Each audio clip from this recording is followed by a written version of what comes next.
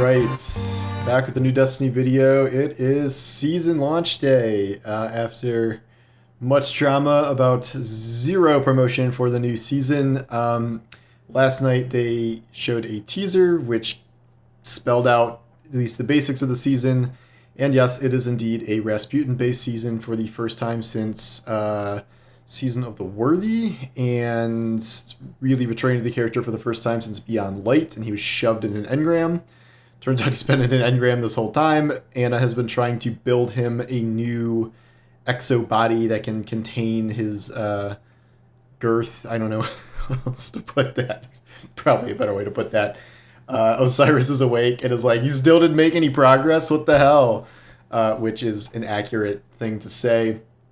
The season does seem to be drawing on a number of different characters. This week alone, we already got Mara Sov stopping by because we are dealing with Xivu Arath, and she's had dealings with Xivu Arath in Dreaming City, and she knows lots of things, so she's around. Pretty much we are trying to do a few things. We are trying to stop Xivu Arath from getting control of the war mines, which Xivu Arath can use to nuke us. We are trying to rebuild Rasputin and jam a bunch of his submines into his body. I think we were finally going to get a reference to Charlemagne, which was supposed to be written out of the lore, but he was reclassified as a submine. We found a submine this week that I can't pronounce, but they're all based on like historical figures and things similar to Rasputin and Charlemagne. And then we are doing this with the help of Clovis Bray. I feel like, I don't know if I said this exactly or like a couple of people theorized about this, but like a season, you know, once we learned that Rasputin is being built in Exobody, I have always kind of had a vision of Anna consulting with Clovis Bray to rebuild Rasputin. That seemed like a logical story development, especially since we just left the whole Clovis Bray storyline hanging at the end of Beyond Light. And we've not really returned to it. He's just been the head sitting there doing nothing. I remember in Beyond Light, I used to check every week. I used to walk all the way down there to see if he had anything new to say. And then after like 4 weeks of that, I'm like, okay, nothing's happening here. Don't think it's the greatest idea to give Clovis Bray unfettered access to Rasputin. He does not seem very trustworthy, as you might imagine. But we'll see where this goes. I assume this will end with the creation of Archangel, the... It's been hinted that that might be like the exo name of Rasputin when he's in a body. I don't know. And we'll see if this like transforms him into an actual NPC or if he's just still going to be yelling garbled Russian at us even when he's in an exo body. And then what all of this has to do with Lightfall. We know... So what the opening cutscene did actually answer something I had a question about, which I'm like, if Osiris has all Savathun's memories, shouldn't he know like way more stuff? But it does say that Savathun had hidden some of her memories from him, so he's just trying to extract bits and pieces. Like, he can kind of see a city on Neptune. He says something about the collapse, but I don't think he has access to literally every single one of Savathun's memories, so that does sort of close that plot hole a bit. So that's like the basic setup here. We're going to be getting these submachines, jam them inside Rasputin, and then there's going to be a weekly story mission where we launch up into a space station, like Clovis Bray. Well, I don't think it's Clovis Bray. I think it's like a Rasputin station using Clovis Bray type architecture is what it looked like from the previews. And then that will eventually lead into an exotic quest up there. And then all of this leads into the dungeon. Well, the dungeon's Friday, so that other stuff comes later. I think the dungeon might be there also. I'm not 100% sure, but we do know from the game itself, it says that the dungeon will be Vex focused. That is the first time we have had a Vex dungeon. Other than that, we don't know anything about it, other than the name, which is Spire of the Watcher? Yes. Okay, so other than that, we are getting into the actual meat of the seasonal activities, which so far are not some giant, leap from past seasonal activities, and they do recycle some things a little bit, but it's day one, and so I am both not going to get overly hyped about, I'm having fun, it's a new season, but also, I don't think it's anything to be like terribly concerned about either. It's just, it is what it is, and we kind of know the basics of the seasonal model, weekly story quest, activity we have to grind and repeat, currency we have to collect to unlock a chest, engrams we have to focus, things like that. So far, the activity now is battlegrounds, more battlegrounds. These are, I've only done 2 so far. There's one you do in the story mission where it's going back to the moon bunker, and the first part of it is essentially just literally the old moon bunker, and I'm like, oh, okay, they redid this. But at the very end, you go into this big new area that they built for kind of 2 final segments where you fight a boss, so it is very much expanded past what the original Warmind bunkers are, even if they use part of that. And then I did another one that was like a repeat of the opening mission, of the season opening mission. I did this from the playlist in the helm, and so that's a Europa one where you're talking about another submind you're getting or something, but like it wasn't actually like in the story yet. So I'm not sure if we can cycle through all the battlegrounds already in the playlist. Before they used to add them just one by one as the weeks went on. So I haven't done more than one playlist at a time. That one was essentially you go through all the same areas as the first intro mission, but there's a different boss, and it's harder. There is now a playlist modifier that just says this playlist enemies will be 5 power higher than whatever you are. So there was no overgrinding for this playlist. There are champions there. It was a little tough, tougher than just a normal strike playlist or battlegrounds playlist normally would be. So that is an interesting change they are making to power. I don't know what the deal is, if there's a heroic version of this later. Maybe you can overgrind for that. I'm not 100% sure, but it's interesting in that we've hit a point now where they want you to be a little underleveled for things, even if it's just kind of the base seasonal activity. The story missions and things were not like that, but this is.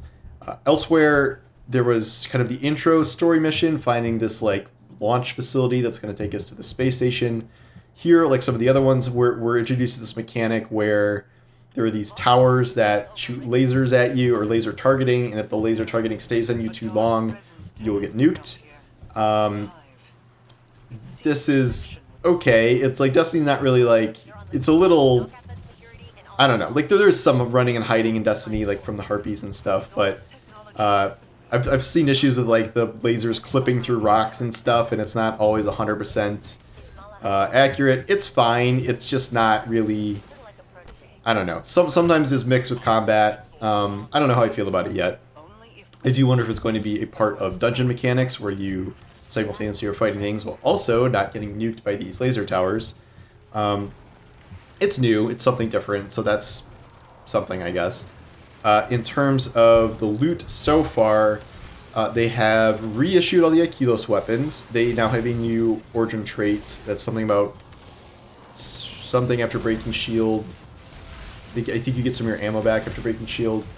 Those will have new perks. The original 4 Akilos weapons. There are the new weapons from... I didn't check if they generate Warmind cells, the new or the old ones. The seasonal ones are Rasputin-style weapons, but they have a different origin trait, which is like you get a damage bonus and these other bonuses, like right when combat starts. Seems like it could be good for PvP. I was excited to see that there's a Seraph trace rifle and a Seraph glaive. I was less excited when I learned neither of them were stasis, so neither of them are in the top slot. And everything requires 5 patterns to craft, because of course. Elsewhere, there's an exotic you start with in the season pass. I haven't used that yet. This exotic that we're going to get in the quest is, it seems to be like 2 different guns, and there are multiple catalysts for it, and that looks kind of crazy. I don't really know the full extent of that, but it looks pretty interesting. Deepstone Crypt weapons got new perks, and they got its own origin trait. We were already seeing some of the Deepstone Crypt perks out in the wild. I've seen even world drops getting Deepstone Crypt perks. There are a lot more reissued world drops going on right now.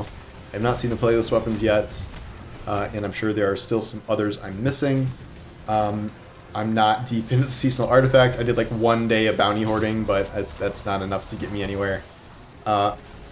So right away, and there's still, you go to the helm, there are boxes of upgrades. There are 2 upgrades you do a week.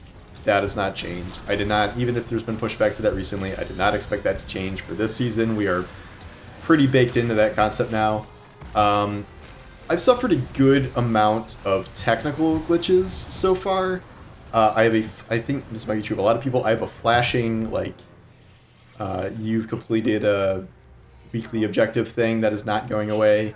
Um, I've had some weird problems with some of the battlegrounds where one time we jumped down the Clovis Bay facility and no enemies spawned, and we couldn't go jump back up, nor could we wipe to try and reset it, so we had to quit. That was my first battleground.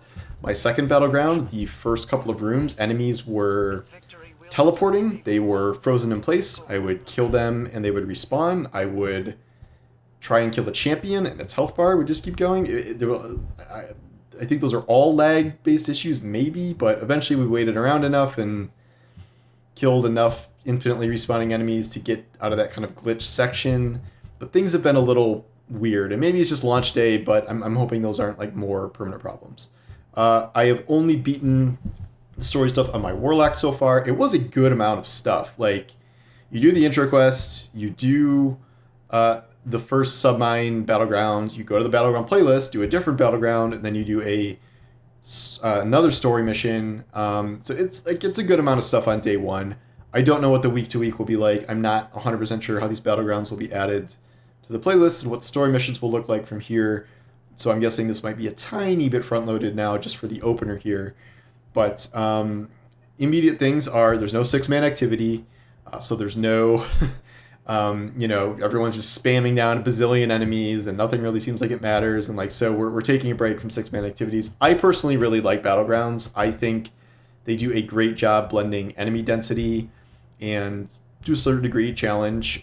If you, at least it knocks you down to 2 other people as opposed to 6 just mowing through everything. Additionally, the battleground playlist, being at a set power level above you, is more challenging than it would be otherwise. So it's not like you're just cruising through it. At least not to the same extent, so that's good. Way too early to really know what to make of the loot and the weapons and stuff. I only have a couple of rolls on these, and who's to say? I've already gotten 3 red frames in my first 2 hours here, which is probably a better pace than normal. I don't know if they've increased the drop rates on those or what the deal is, but I don't know. There's 10 to grind because it's all the Seraph weapons and then all the seasonal weapons. Don't know if the dungeon weapons, they like made it so some of the dungeon weapons were grindable last time and some of them weren't. Don't know anything about that yet. I don't think I saw any dungeon weapons in the loot screen, but those might just not be patched in yet, or like those might not be there. I'm not sure. But I don't know. I'm excited for Rasputin season because I've always really liked the Rasputin aesthetic, Rasputin weapons, Rasputin as a concept, Anna Bray. Like, all of this stuff is things I've been looking forward to for 2 years because that's how long Rasputin has been out of the narrative. So that alone is enough to, get me pretty excited at baseline here. I'm not seeing anything to indicate that this is going to be a huge departure from the past 2 seasons. That the grind or reward loop will be significantly better, maybe a little bit better in some ways, but it's day one. It's a little too early to tell. So we'll see what happens.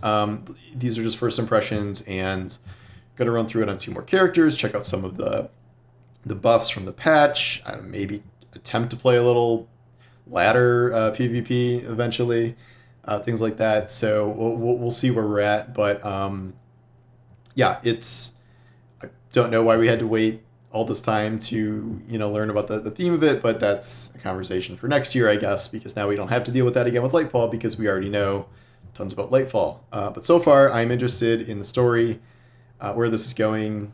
The loot looks and seems cool, and the activities, we'll see. It's too early to tell. We don't have access to all of them. We don't know, exactly how things are going to pan out, how rewarding things will feel or not feel just within the first couple of hours here. So anyway, those are my kind of initial thoughts here, and I will be on the hunt for more things to discuss in depth in the future, and obviously I will be doing as many videos, as many articles as I can in the coming days here, since we are very early in the season and there's going to be a lot to talk about. So anyway, thank you for watching, and I will talk to you soon. Take care.